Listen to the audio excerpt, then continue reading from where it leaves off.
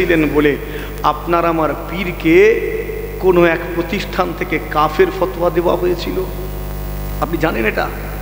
হ্যাঁ, তখন কি ধারণা দেওয়া হয়েছিল জানেন? বাংলা ভাষা মুসলমানদের ভাষা নয়। বাস্তব বলছি, ইতিহাস বলেন বাংলা ভাষা এটা মুসলমানদের ভাষা নয়, এটা বুঝানো হয়েছিল এ তো স্থানীয় হিন্দু ভাইদের ভাষা। আবু বকর হিন্দু ভাইদের ভাষাকে গ্রহণ করেছে, কাফের হয়ে গেছে। হায় হায়, এইরকম আনাড়িও ছিল গো। একদল আনাড়ি যেমন আজকের দিনে ইংরাজি শিক্ষা, কিছুদিন আগে, এটা এখন নয়, ইংরাজি শিক্ষা থেকে পিছানোর চেষ্টা করেছে। যাক, ইতিহাস বেশি লম্বা করলে আবার বিরক্ত হবেন, তো সংক্ষেপ করি। তো তিনি এই খিদমাত করেছিলেন বলে তৎকালীন কোনো এক প্রতিষ্ঠান, আমি আর নাম বলছি না, নাম বললে একটুখানি সবাই চেনেন সেসব প্রতিষ্ঠানকে, অধিকাংশ সময় তারাই ফতোয়া বেশি করে। তো ফতোয়া দিয়েছে বাংলার পীর আবু বকর কাফের হয়ে গেছে। হাই রে হাই, হ্যাঁ গো, তিনি বাংলায় আমাদেরকে এগুলো পৌঁছে দিয়ে কাফের হয়ে গেছেন না আমাদেরকে আরো দৃঢ় ইমানের অধিকারী বানিয়েছেন? হ্যাঁ, তিনি আমাদের ইমানকে বাঁচিয়েছেন। একবার জোরে হয় না? আর একটু জোরে হয় না? সুবহান। জি হ্যাঁ, বক্তব্যে তালিমের পরে হুজুর কিবলাগণ একটা করে বিভাগ বাড়িয়ে দিয়েছেন। কোরআনিয়া বিভাগ, কিরাআতিয়া বিভাগ, হাফেজিয়া বিভাগ। আপনার আমার বাড়ির ছেলেগুলো এই সকল মাদ্রাসায় গেল, কোরআন শরীফের শিক্ষা অর্জন করলো। কোরআন শরীফের নির্বাচিত অংশকে নিয়ে কিরাআতিয়া বিভাগে কিরাআত করতে শিখে গেল। এখন হুজুর কিবলাগণ চিন্তা করলেন এদেরকে হাফেজে কোরআন বানাতে হবে। হাফেজিয়া বিভাগ খুলে দিলে আপনার আমার বাড়ির ছেলেগুলো হাফেজিয়া মাদ্রাসায় পড়াশোনা করে হাফেজে কোরআন হলো, কোরআন শরীফটাকে নিজের সিনাতে গেঁথে নিল। আজ বাংলা জমিনে, তাম ভারতবর্ষে, তাম পৃথিবীতে যতগুলো হাফেজে কোরআন সব আল্লাহর ওলিদেরই মেহনতের ফসল। হুজুর কিবলাগণ চিন্তা করলেন শুধুমাত্র নামাজ রোজার মধ্যে আটকে থাকলে হবে না, আরো উন্নত শিক্ষার ব্যবস্থা করতে হবে। এলাকায় চলে গেলেন, খারেজিয়া মাদ্রাসা বানিয়ে দিলেন, সিনিয়র মাদ্রাসা বানিয়ে দিলেন, টাইটেল মাদ্রাসা বানিয়ে দিলেন, দৌড়ে হাদিস মাদ্রাসা নির্মাণ করে দিলেন। আপনার আমার বাড়ির ছেলেগুলো এই সকল শিক্ষা প্রতিষ্ঠানে গেল, জ্ঞান অর্জন করলো। কিসের জ্ঞান? উসুলের জ্ঞান। কিসের জ্ঞান? কালামের জ্ঞান। কিসের জ্ঞান? ফিকহার জ্ঞান। কিসের জ্ঞান? ফারাইজের জ্ঞান। কিসের জ্ঞান? বালাগাতের জ্ঞান। কিসের জ্ঞান? ফাসাহাতের জ্ঞান। কিসের জ্ঞান? মানতিকের জ্ঞান। কিসের জ্ঞান? হিকমতের জ্ঞান। কিসের জ্ঞান? নাহুর জ্ঞান। কিসের জ্ঞান? সরফের জ্ঞান। কিসের জ্ঞান? তাফসীর শাস্ত্রের জ্ঞান অর্জন করলো, হাদিস শাস্ত্রের জ্ঞান অর্জন করলো, আলেম হলো, মাওলানা হলো, মুফতি হলো, মুহাদ্দিস হলো, মুফাসসির হলো। এই জাতিটা ধর্মটাকে বুঝতে শিখলো, এখন সুন্দর করে ধর্মাচরণ করতে পারে, ইসলামটাকে সুন্দরভাবে পালন করতে পারে। আপনার আমার পীর মুর্শিদ হুজুর কিবলাগণেরা চিন্তা করলেন শুধুমাত্র ধর্মীয় শিক্ষার মধ্যে আটকে থাকলে হবে না, এই জাতিকে এগিয়ে যেতে হবে, এই জাতিকে পৃথিবীর শ্রেষ্ঠ জাতি হতে হবে। শ্রেষ্ঠ জাতি হতে গেলে তোমাকে সব বিষয়ে পারদর্শী হতে হবে। কথা ঠিক বলছি না বল? না শুধু ধর্মীয় জ্ঞান শিখে শ্রেষ্ঠ জাতি হব? তাহলে যত আলেম মৌলানা আছে সব নিয়ে চলে আসে, এই মজলিস পৃথিবীর শ্রেষ্ঠ হয়ে যাবে। পৃথিবীর শ্রেষ্ঠ হতে গেলে ডাক্তার হতে হবে না? হবে নি? মাস্টার, ইঞ্জিনিয়ার, প্রফেসর, লেকচারার, মেথর, সব বিষয়ে তোমাকে পারদর্শী হতে হবে। মুজাদ্দিদ জামান হুজুর কিবলা খিদমত করেছেন না করেননি? তার কায়েম মাকাম আমাদের পীর সাহেব হুজুর কিবলা, যিনি এই মাদ্রাসার প্রতিষ্ঠাতা। শুধু আজকের একটা মাদ্রাসা নয়, মুজাদ্দিদ জামান হুজুর কিবলা যত মাদ্রাসা প্রতিষ্ঠা করেছেন তিনি সে সকল মাদ্রাসার পৃষ্ঠপোষকতা করেছেন। তারপরে নিজের মেহনতে তিনি আরো সমাজের জন্য খিদমত করে আরো অনেক শিক্ষা প্রতিষ্ঠান বানিয়েছেন। একবার জোরে, আর একটু আস্তে করে, আর একটু আস্তে হয় না? আমার কাইয়ুমুজ্জামান বড় হুজুর পীর কিবলা রহমাতুল্লাহ আলী হুজুর কিবলার পরে এ সকল প্রতিষ্ঠানের পৃষ্ঠপোষকতা করলেন আমাদের পীর ও মুর্শিদ পীর আল্লামা আবু ইব্রাহিম সিদ্দিকী রহমাতুল্লাহ আলী পীর সাহেব হুজুর কিবলা আমার চাচাজান হুজুর কেবলা তিনি খুব দক্ষতার সঙ্গে এ সকল শিক্ষা প্রতিষ্ঠানকে আরও আগিয়ে নিয়ে গিয়েছেন। একবার জোরে হই না সুবহান। মাশাল্লাহ, হুজুর কেবলার পরে এখন আমার ভাই পড়াশোনা একই সঙ্গে, মাশাল্লাহ আমরা অনেকগুলো ভাই একসঙ্গে পড়াশোনা করেছি একই সঙ্গে। সে সময় একটা আলোড়ন সৃষ্টি হয়েছিল যখন আমরা সব একসঙ্গে আলেম পরীক্ষা দিলাম। আমার মুজাহিদুল ইসলাম সিদ্দিকী ভাই একই সঙ্গে পড়াশোনা, আবার একই সঙ্গে দুইজনা আল্লাহ হজ করিয়েছেন। এগুলো আপনারা তো এগুলো জানেন না, এগুলো বলাও হয় না অতটা, যারা আমাদের সঙ্গে কোটা বসা করে এগুলো জানে। তো মাশাল্লাহ আমার ভাইয়েরা আছেন, তারা খুব দক্ষতার সঙ্গে এগুলোকে পরিচালনা করছেন। আল্লাহ তাদের খিদমাতকে কবুল করেন, বলি আল্লাহুম্মা আমিন। আমার এই ভাইদের সঙ্গে আপনারা আছেন তো নাকি গো? আছেন তো? যেমন আমার হুজুর কেবলাদের সঙ্গী হয়েছিলেন আপনাদের পূর্বপুরুষেরা, আপনাদের আব্বা দাদরা, আপনারাও আমার ভাইদের সঙ্গে থাকবেন তো নাকি আমাদের সঙ্গে? হ্যাঁ ইনশাআল্লাহ।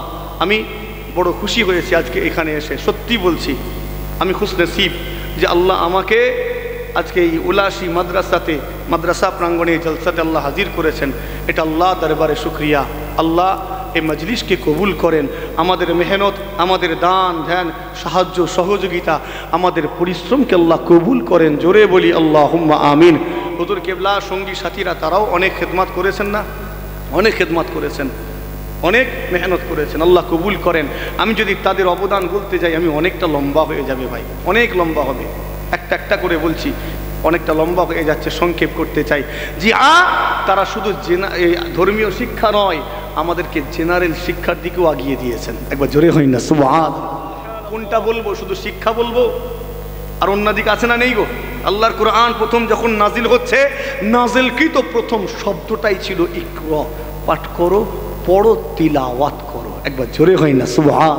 আর আল্লাহ নবী জানিয়ে দিলেন প্রত্যেকটা মুসলমানের জন্য জ্ঞান অন্বেষণ করাটা কি ফরজ, বাধ্যতামূলক। হুজুর কেবলাগণ আগে শিক্ষায় গুরুত্ব দিলেন। জি হ্যাঁ, এলাকায় তারা জেনারেল মাদ্রাসাও বানিয়ে দিলেন আপনারা আমার বাড়ির ছেলেদের ডাক্তার মাস্টার বানানোর জন্য। একবার জোরে হয় না সুবহান। জি হ্যাঁ, এবার চিন্তা করলেন শুধু জাহেরি ইলম শিখলে হবে না, ইলমে বাতিনিটাকেও শিখাতে হবে।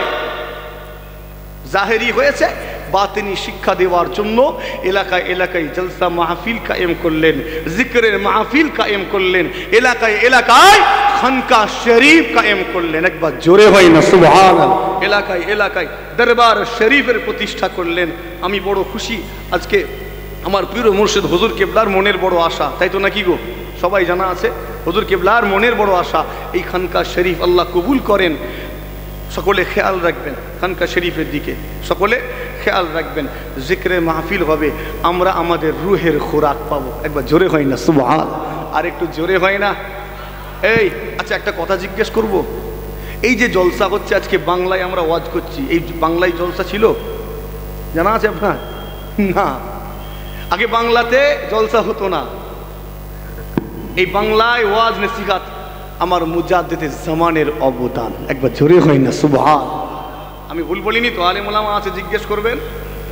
মুজাদ্দিদে জামানের অবদান আগে টুকটাক হতো, ফার্সিতে, উর্দুতে, আরবিতে। গ্রামের মানুষেরা যেত শুধুমাত্র সওয়াবের আশায়। কিসের আশায়? সওয়াবের আশায়। কিচ্ছু বুঝতো না, যেত গিয়ে বসতো সওয়াবের আশায়, তারপরে উঠে চলে আসতো। মুজাদ্দিদে জামান হুজুর কেবলা বাংলায় কিতাব লিখলেন, লেখালেন। বাংলায় ইসলামের এ সকল বিষয়গুলোকে বাংলার আপামর সাধারণ জনগণকে বোঝানোর জন্য তিনি বাংলায় লিখলেন, কলম ধরলেন। তার খলিফাগণকে লিখতে বললেন, হুকুম দিলেন। তারা লেখনির মাধ্যমে সেগুলো আপনার আমার কাছে পৌঁছে দিয়েছেন। আপনি জানেন কি, এই বাংলায় কিতাব লিখে এই মানুষগুলোকে বোঝানোর চেষ্টা করেছিলেন বলে আপনার আমার পীরকে কোনো এক প্রতিষ্ঠান থেকে কাফের ফতোয়া দেওয়া হয়েছিল। আপনি জানেন এটা? হ্যাঁ, তখন কি ধারণা দেওয়া হয়েছিল জানেন? বাংলা ভাষা মুসলমানদের ভাষা নয়। বাস্তব বলছি, ইতিহাস বলেন বাংলা ভাষা এটা মুসলমানদের ভাষা নয়, এটা বুঝানো হয়েছিল এ তো স্থানীয় হিন্দু ভাইদের ভাষা। আবু বকর, হিন্দু ভাইদের ভাষাকে গ্রহণ করেছে, কাফের হয়ে গেছে। হায় হায়, এইরকম আনাড়িও ছিল গো। একদল আনাড়ি যেমন আজকের দিনে ইংরাজি শিক্ষা, কিছুদিন আগে, এটা এখন নয়, ইংরাজি শিক্ষা থেকে পিছানোর চেষ্টা করেছে। যাক, ইতিহাস বেশি লম্বা করলে আবার বিরক্ত হবেন, তো সংক্ষেপ করি। তো তিনি এই খিদমাত করেছিলেন বলে তৎকালীন কোনো এক প্রতিষ্ঠান, আমি আর নাম বলছি না, নাম বললে একটুখানি সবাই চেনেন সেসব প্রতিষ্ঠানকে, অধিকাংশ সময় তারাই ফতোয়া বেশি করে। তো ফতোয়া দিয়েছে বাংলার পীর আবু বকর কাফের হয়ে গেছে। হাই রে হাই, হ্যাঁ গো, তিনি বাংলায় আমাদেরকে এগুলো পৌঁছে দিয়ে কাফের হয়ে গেছেন না আমাদেরকে আরো দৃঢ় ইমানের অধিকারী বানিয়েছেন? হ্যাঁ, তিনি আমাদের ইমানকে বাঁচিয়েছেন। একবার জোরে হয় না, আর একটু জোরে হয় না সুবহান। মুসলমানের ছেলেরা, ও নওজওয়ানেরা, তরুণেরা, আমার মুরব্বিয়ানেরা, জি হ্যাঁ, খেয়াল করে শুনে রেখে দিন। মাথায় টুপিটা লাভ মেরে উঠে পড়েনি, মুখে দাড়িটা হঠাৎ করে রাখা শিখিয়ে যাননি। এই মাদ্রাসা মসজিদ গুলো হঠাৎ করে আপনার এলাকায় গজিয়ে যায়নি গো।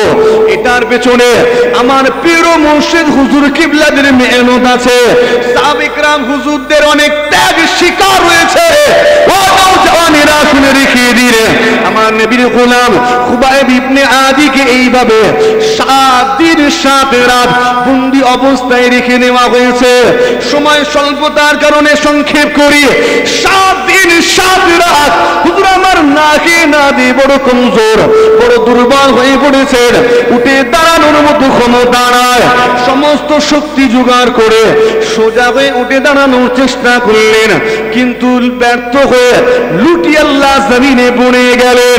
আবারও সমস্ত শক্তি জোগাড় করে সোজা হয়ে উঠে দাঁড়ানোর চেষ্টা করলেন, পুনরায় কাঁপতে কাঁপতে আল্লাহর জমিনে লুটিয়ে পড়লেন। মক্কার কুফারে কুরাইশের নেতাগুলো এবারে মিটিং ডাকলো, কেননা তারা নেতা মানুষ, তাদের সময়ের মূল্য আছে, সময়ের দাম আছে। এই খুবাইবের পেছনে এত সময় দিতে পারবো না, আমাদের সময়ের যথেষ্ট দাম রয়েছে। সবাই আলোচনা করলো, খুবাইবের পেছনে অনেক সময় দিয়েছি, খুবাইবকে টলাতে পারিনি, খুবাইবের পেছনে আর সময় দেওয়া যাবে না, ম্যাটারটা ক্লোজ করতে হবে, ফাইলটাকে ক্লোজ করতে হবে, অর্থাৎ খুবাইবকে শেষ করে দিতে হবে। সিদ্ধান্ত নিয়ে মক্কার অলিতে গলিতে, মক্কার দুয়ারে দুয়ারে, মক্কার বাড়িতে বাড়িতে এলান হয়ে গেল, ঘোষণা হয়ে গেল, এ মক্কার মানুষেরা শোনো শোনো শোনো, আমরা মুহাম্মাদের গোলামটাকে বন্দী করেছিলাম, আমরা মুসলমান খুবাইবটাকে বন্দী করেছিলাম, তাকে অমুক সময়ে অমুক ময়দানে হত্যা করা হবে, তোমরা সকলে চলে এসো। মক্কার মানুষগুলো এই ঘোষণা শুনে সেই দিনে বড় আনন্দিত হয়েছিল, খুশি হয়েছিল, কেননা মুহাম্মাদের একটা গোলামকে শহীদ করা হবে, এটা তাদের কাছে বড় আনন্দের বিষয় ছিল। এই নওজওয়ানেরা, তারা দলে দলে দলে দলে ওই ময়দানে গিয়ে জমা হতে লাগলো, ওই ময়দানে গিয়ে একত্রিত হতে লাগলো। সেই দিনে এই মক্কার মানুষগুলো ময়দানে একা একা আসেনি গো, মক্কার এই কুফারে কুরাইশ গুলো এই ময়দানে যাওয়ার পথে তাদের বাচ্চা বাচ্চা ছেলেগুলোকেও সঙ্গে করে নিয়ে গিয়েছিল, কাঁধে করে, কোলে করে, পিঠে করে, হাত ধরে ধরে হাঁটিয়ে হাঁটিয়ে ওই ময়দানে নিয়ে গিয়ে তারা হাজির হয়েছে। চারিদিকে গোল করে ঘিরে দাঁড়িয়ে রয়েছে। এবারে আমার নবীর গোলামটাকে আনা হবে, শারীরিক ভাবে বড় দুর্বল, বড় কমজোর, আমার নবীর পাগল খুবাইব ইবনে আদিকে আনা হবে। তিনি দাঁড়াতে পারেন না, লুটিয়ে লুটিয়ে লুটিয়ে লুটিয়ে জমিনে পড়ে যান, আবারও দাঁড়ানোর চেষ্টা করে ব্যর্থ হন। ওই পাষণ্ডগুলো, ওই নরপশুগুলো, ইসলামের দুশ্মন কুফারে কুরাইশ গুলো আমার নবীর গোলামটাকে ওই অবস্থায় টেনে টেনে টেনে টেনে নিয়ে যাচ্ছে। ওই অবস্থায় আপনার বাড়িতে গৃহপালিত পশু আছে না নেই? তাদের প্রতিও আপনি দয়া দেখাননি? হ্যাঁ, ছাগল ছানা রয়েছে, কেউ খেলতে খেলতে পা ভেঙে দিয়েছে, রাগ হয় না হয়নি গো? হ্যাঁ, ঝগড়া লেগে যান, গাড়ি নিয়ে যাচ্ছে, আপনার হাঁসটাকে চাপা দিয়ে চলে গেল, ঝগড়া করেন না করেননি? কথা বলে না কেন? বাড়িতে ফিরে দেখছেন বাড়ির সবাই খাওয়া দাওয়া করে নিয়েছে, কিন্তু ওই পশুগুলোকে খেতে দেয়নি। রেগে যান না, কথা বলে না কেন? কত কত সুন্দর সুন্দর শব্দ বাছাই করে রেখে দেন তখন আপনি বলার জন্য। হ্যাঁ, তো আপনি ওই পশুগুলোর প্রতিও দয়া দেখান, তাদের প্রতি একটু আপনার মায়া রয়েছে। এমনকি কুরবানি করি আমরা, সেখানেও পশুগুলোর প্রতি আমরা দয়া দেখাই। একবার জোরে হয় না সুবহান। এই কুরবানির পশু এখানে ফেলেছি, আর ওইখানে গর্ত করা হয়েছে, তার কোনটা গিয়ে জমা হবে, এখানে পড়েছে, সবাই মিলে তাকে বেঁধে নিয়ে শিং ধরে, ঠ্যাং ধরে, ল্যাজ ধরে টেনে হিঁচড়ে নিয়ে যাইতো নাকি? হ্যাঁ, এভাবে নিয়ে যায় না? খবরদার আর করবেন নি। হ্যাঁ, অনেক জায়গায় এরকম করে ফেলে, এমনটা আর করবেন নি। পশুটাকে আপনি কষ্ট দিচ্ছেন, তো টানা হিচড়া করছেন, তার কষ্ট হয়নি নাকি? হ্যাঁ, নিষেধ আছে, মাকরুহ হয়ে যাবে, খবরদার এমনটা করবেন না। যেখানে ফেলেছেন মোটামুটি ওখানেই ঠিকঠাক করে নেন, ওখানেই যদি কর্ত করতে পারেন তো ভালো, কথা বুঝছেন না? নাহার করেন, ঠিক আছে, টানা হিচড়া করে কষ্ট দেওয়ার দরকার নেই। তো জবা করবো, আল্লাহ নবী আমাদের শিখিয়ে দিলেন, এই তোমাদের ছোরাটা ধার দিয়ে নাও, শান দিয়ে নাও, একেবারে তীক্ষ্ণ করো। আড়াই প্যাঁচের একটা সিস্টেম আছে না নেই গো? জোরে বলেন। কেন? আমি তো একটা ভোঁতা ছুরি নিয়ে 45-50 সেকেন্ড ধরে লগড়াতে পারতাম না? কথা বলেন। কিন্তু আমার নবী শিখিয়ে দিলেন, কোরবানি করবে ওই পশুটার প্রতিও দয়া দেখাও, সবচেয়ে আসান তরিকায় চেষ্টা করো যাতে কষ্টটা সবচেয়ে কম হয়। একবার জোরে হয় না সুবহান। তা আমাদের এই পশুগুলোর প্রতি আমাদের দয়া আছে, মায়া আছে, ওই পাষণ্ডগুলোর সেটাও ছিল না। টেনে টেনে নিয়ে যাচ্ছে। মরুভূমি এলাকা, বালু আর পাথরের দেশ, মসজিদে পাথর লাগানো আছে, ওই মসৃণ পাথর নয়, এবড়ো খেবড়ো ধারালো পাথর। কথা ঠিক না বলবো? হ্যাঁ, এই টেম্পারেচার কত? 47-48 ডিগ্রি সেলসিয়াস তাপমাত্রা, কখনো বেড়ে 53-54 ডিগ্রি সেলসিয়াস হয়। কথা ঠিক বলছি না বলবো? ওই গরম। আমার নবীর গোলাম খুবাইব ইবনে আদি রাদিয়াল্লাহু তাআলা আনহুকে ওই উত্তপ্ত গরম মরুভূমির উপর দিয়ে, ওই ধারালো পাথর, এবড়ো খেবড়ো পাথরের উপর দিয়ে যখন টেনে গিয়ে নিয়ে যাওয়া হচ্ছে, হুজুরের পিঠের কোমরের চামড়াগুলো, গোশতগুলো ওই ধারালো পাথরের আঁচড়ে উদলিয়ে উদলিয়ে চলে যাচ্ছে। ময়দানে নিয়ে গিয়ে হাজির করা হলো, মাঝখানে একটা খুঁটি পোঁতা হলো, খুঁটির সঙ্গে নবীর গোলামটাকে হাত দুটো পেছনে করে দড়ি দিয়ে, রশি দিয়ে বাঁধা হলো। এতটাই দুর্বল, এতটাই কমজোর, নিজের পায়ে শক্ত হয়ে সোজা হয়ে দাঁড়াতে পারেন না গো। ওই দড়ির উপরে খুঁটি দিয়ে ঝুলে রয়েছে, চারিদিকে গোল করে ঘিরে রয়েছে, তারা উল্লাস করছে, আনন্দ করছে। আমার নবীর গোলামটার দিকে আঙ্গুল বাড়িয়ে বলছে, দেখো মুহাম্মাদের গোলামের অবস্থা, দেখো দেখো দেখো দেখো মুসলমানের অবস্থাটা দেখো। ও মুসলমানেরা, এবারে কয়েকজন নেতা হাতে তলোয়ার নিয়ে ময়দানে নেমে পড়ল। এক আঘাতে আমার খুবাইবের শরীরটাকে দ্বিখণ্ডিত করে দিবে। না না না, তারা আলোচনায় সিদ্ধান্ত নিয়েছিল, আমরা খুবাইব ইবনে আদিকে এক আঘাতে শেষ করে দেব না, আমরা তাকে তিলে তিলে মারব, একটু একটু করে আমরা তাকে কষ্ট দিয়ে দিয়ে শেষ করব, দৃষ্টান্ত বানাবো, ইবরাত বানাবো, যাতে আগামী দিনে মক্কার কোনো মানুষ মুহাম্মাদের হাতে হাত দিতে ভীত সন্ত্রস্ত হয়ে পড়ে, যাতে তারা মুহাম্মাদের হাতে হাত দিয়ে কালিমা পড়ার সাহস না দেখায়। এই নওজওয়ানেরা, আজকে বাংলা জমিনে, तमाम ভারতবর্ষের জমিনে বিভিন্ন জায়গা থেকে আমার নবীর শানে গুস্তাখি করা হচ্ছে। আজকে এখান থেকে, কালকে ওখান থেকে, পরশু সেখান থেকে আমার নবীর শানে গুস্তাখি করে, কখনো বা কার্টুন বানায়, ব্যঙ্গচিত্র বানায়, কখনো বা সিনেমা বানায়, কখনো বা যাত্রা পেশ করে, কখনো বা প্রকাশ্য দিবালোকে তারা টিভিতে টক শোতে কথা বলতে বলতে আমার নবীর চরিত্র নিয়ে টানাখিচড়া করে। এই নওজওয়ানেরা, আমার মুরব্বিয়ানেরা, আমার নবীর অনুষ্ঠানে অনেক জায়গায় গুস্তাখি করেছে। কখনো বা এমন করে জুতোর নকশা করে জুতোর নিচের গুটিটা এমন করে বানায়, আপনি যখন মাটিতে পা ফেলবেন মাটিতে লেখা উঠবে, ছাপ উঠবে মুহাম্মদ। কথা বুঝছেন নি? এ হচ্ছে না হয়নি?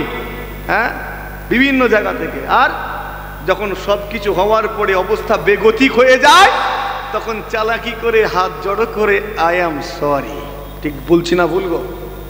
হ্যাঁ, হাত দুটো জড়ো করে আই এম সরি। হাই রে হাই, বড় দুঃখ লাগে। বলেন আগামী দিনে এই গুস্তাখির সংখ্যা বাড়বে না কমবে? একটু তাড়াতাড়ি বলেন। বাড়বে। আপনি বুঝতে পারছেন তাহলে? আচ্ছা, কেন বাড়বে আমি জানতে চাই, কেন বাড়বে একটু বলেন না রে বাবু। এত মানুষ মাশাআল্লাহ, একজন অন্তত বলে কেন বাড়বে? প্রতিবাদ নেই। প্রতিবাদ হয়তো আছে, কিন্তু আজও পর্যন্ত একটাও গুস্তাখে রাসূলকে আপনি সাজা দিতে পারেননি। আজও পর্যন্ত একটাও গুস্তাখে রাসূলকে দৃষ্টান্তমূলক সাজা দিতে পারেননি। অবশ্যই আইন মেনে। আমার কথা কেউ আবার ঘুরিয়ে অন্য জায়গায় লাগিয়ে দেননি। আমি আইনের লোক, আমি আইন মেনে চলি ভাই। আইন বহির্ভূত কথা বলবো না আমি, না, অবশ্যই আইন মেনে বলছি আমি।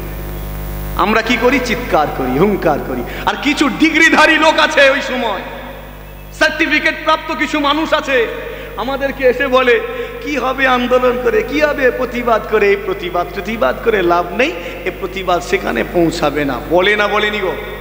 এই কিছু লোক বলে না বলেনি? ওর ডিগ্রি আছে, সার্টিফিকেট আছে, কিন্তু সুশিক্ষা ওর মধ্যে নেই। সুশিক্ষায় শিক্ষিত হতে পারেনি। ও ডিগ্রি পেয়েছে, সার্টিফিকেট আছে। তোমার মধ্যে সুশিক্ষা যদি থাকতো তাহলে এ কথা তোমার জবান দিয়ে বেরোতো না। কথা ঠিক বলছি না ভুল গো? হ্যাঁ, কত সুন্দর কথা। এসব করে কোনো লাভ নেই। সেই দিনে আমার ইব্রাহিম আলাইহিস সালামকে নমরুদ যখন অগ্নিকুণ্ডে নিক্ষেপ করলো, তখন সেই অগ্নিকুণ্ডে একটা ক্ষুদ্র প্রাণী ব্যাঙ গিয়ে পেশাব করে দিল। মনে আছে ঘটনা? আপনার শোনা আছে, বিস্তারিত নয়। ক্ষুদ্র প্রাণী কি ব্যাঙ পেশাব করে দিল ওই অগ্নিতে, আগুনে। জিজ্ঞেস করা হলো, ওরে ব্যাঙ, তুই তো ক্ষুদ্র প্রাণী, তুই কেন পেশাব করলি? তোর পেশাবে তো আগুন নিভবে না, তথাপিও কেন পেশাব করলি? ব্যাঙের পরিষ্কার জবাব, আমি জানি আমি ক্ষুদ্র, আমার পেশাবে আগুন নিভবে না, তারপরেও পেশাব করেছি। কেন জানো? আমি আমার অবস্থানটা ক্লিয়ার করেছি। একবার জোরে হয় না সুবহানাল্লাহ? ব্যাঙের জবাব, আমি আমার অবস্থান ক্লিয়ার করেছি। আমি আমার আল্লাহকে জানিয়েছি, আল্লাহ, আমি ওই অত্যাচারী শাসক নমরুদের দলে নয়, আমি তোমার ইব্রাহিমের দলভুক্ত। জোরে হয় না? আরো জোরে হয় না? এই সার্টিফিকেট ওয়ালা ব্যক্তি, ডিগ্রিধারী ব্যক্তি, তোমাকে জিজ্ঞেস করি, তুমি কোন দলে? তুমি কি মুহাম্মাদের দলে? হ্যাঁ, দেখতে পাইনি তো তোমাকে মুহাম্মাদের দলে, দেখতে পাইনি তো। তুমি যদি আমার মুহাম্মাদের দলের হতে, তাহলে মুহাম্মাদের হয়ে রাস্তায় নেমে তুমি গলা ফাটাবে। তোমাকে ওই জায়গায় দেখতে পাইনি, এটা নিশ্চিত অন্তত তুমি মুহাম্মাদের দলভুক্ত নয়। কথা ঠিক বলছি না ভুলবো? অন্য কার দলভুক্ত তুমি জানো, কিন্তু আমার নবীর দলে যদি হতে, তাহলে তুমি আমার নবীর দলে ওই জায়গায় থাকতে। এই কথা খারাপ লাগছে নাকি আপনাদের? হ্যাঁ, আগামী দিনে আরো বাড়বে।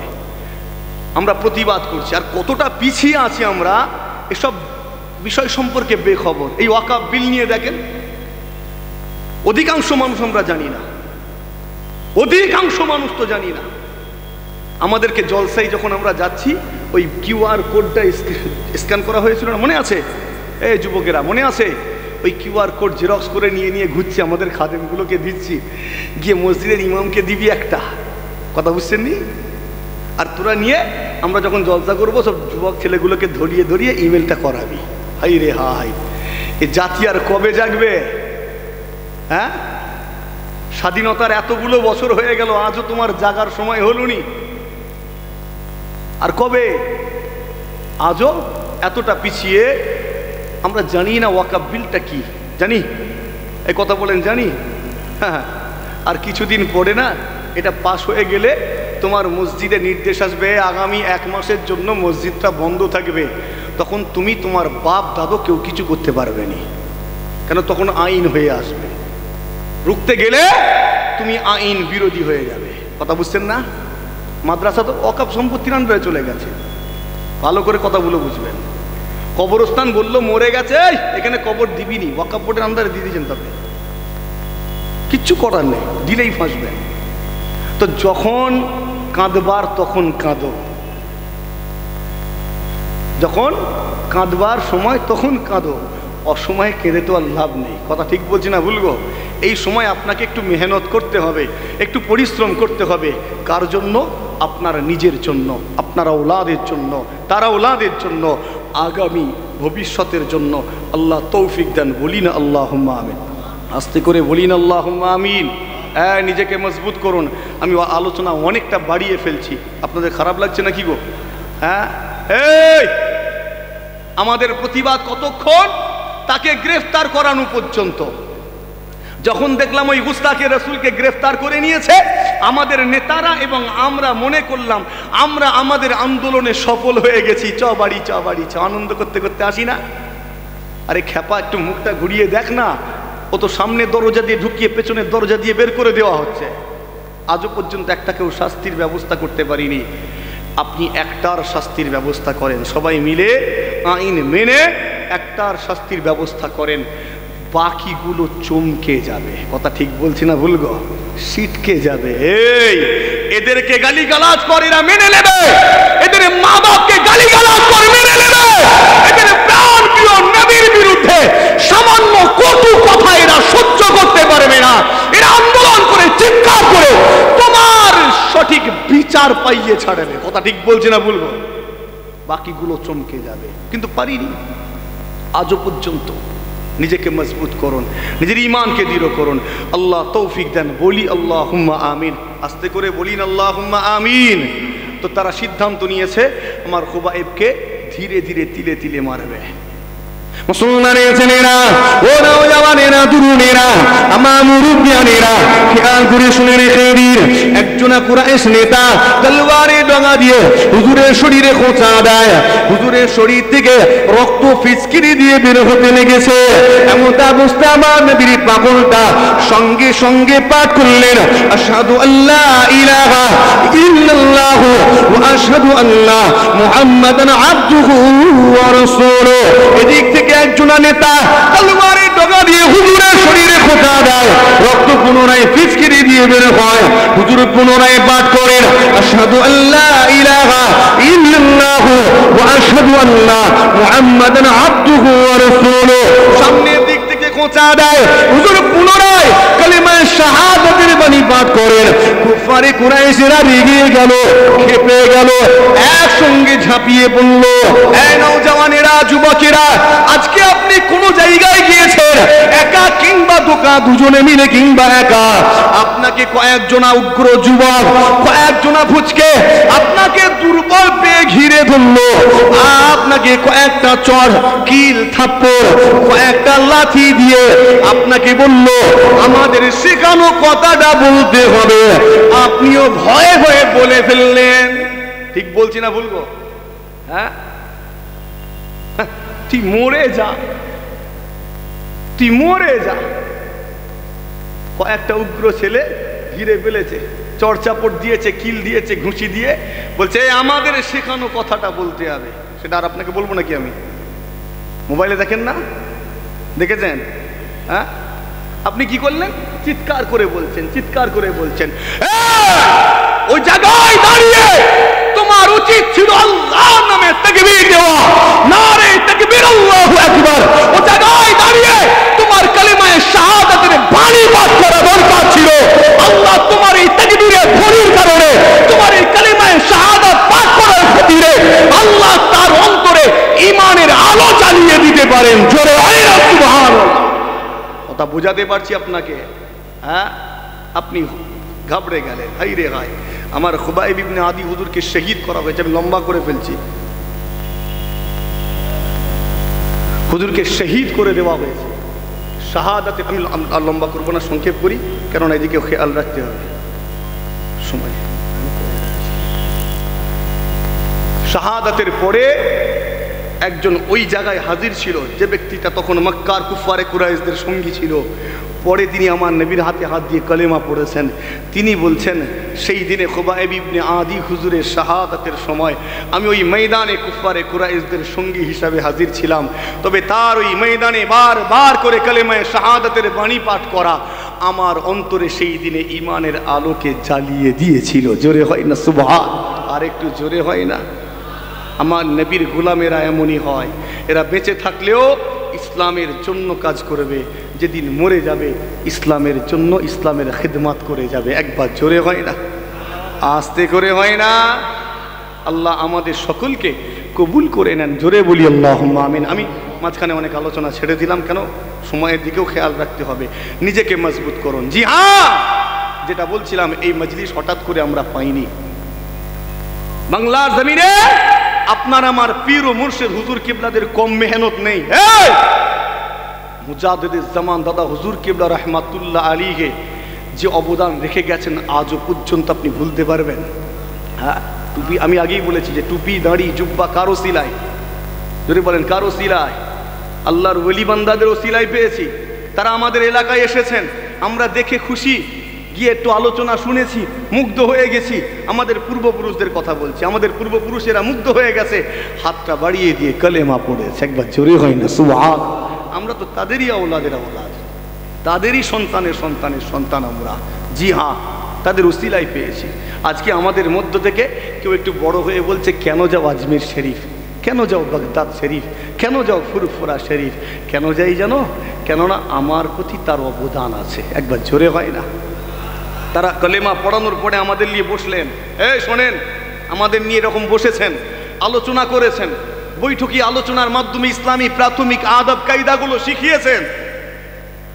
যে হাঁটুর উপরে কাপড় তুলতে নাই, কথা বুঝলেননি? এগুলো সব শিখিয়েছেন, প্রাথমিক আদব কায়দা। অতঃপর চিন্তা করলেন, একে নামাজি বানাতে হবে। কি বানাতে হবে? কেন সবে কলেমা পড়েছে, নামাজ তো জানে না। তো আগে বৈঠকি আলোচনায় নামাজ রোজা এসব বিষয়ে একটা ধারণা দিলেন, এবার নামাজি বানানোর কাজ শুরু করলেন। এলাকায় এলাকায় চলে গেলেন, তারা মসজিদ নির্মাণ করলেন। ও নওজওয়ানেরা, আপনি আমি মসজিদে গিয়ে নামাজ পড়বো, নামাজের জন্য আপনার আমার অনেক বিষয়ে জানা দরকার। সূরা ফাতিহা জানতে হবে, সানা জানতে হবে। জানি না, হুজুর কিবলাগণ শিখিয়ে দিলেন, তুমি আল্লাহু আকবার বলে, সুবহানাল্লাহ সুবহানাল্লাহ বলে নামাজটা শুরু করো। আল্লাহ তোমার এই সুবহানাল্লাহ সুবহানাল্লাহ বলে পড়া নামাজটা বারগাহে ইলাহিতে কবুল করে নিবে। অতঃপর মানুষটা মসজিদে যাতায়াত শুরু, তার পাশে একটা মক্তব খুলে দিলেন। আজও বাংলার জমিন, আসাম, ত্রিপুরা, মেঘালয়, এই যে এতটা অঞ্চল ওদিকে পড়ে আছে, পুরো অঞ্চল দেখবেন মসজিদের পাশেই মক্তব, অধিকাংশ জায়গায়। আপনার এখানে আমি জানি না কিরকম, কেন? যাতে এরা মসজিদের সঙ্গে সম্পর্কটা তৈরি করতে পারে, যে অভ্যাসটা তৈরি হয়, এজন্য মক্তবে গিয়ে তালিমটা নেবে প্রাথমিক। জি হ্যাঁ, শুনে রেখে দিন। অতঃপর বিভাগ বাড়িয়ে দিলেন।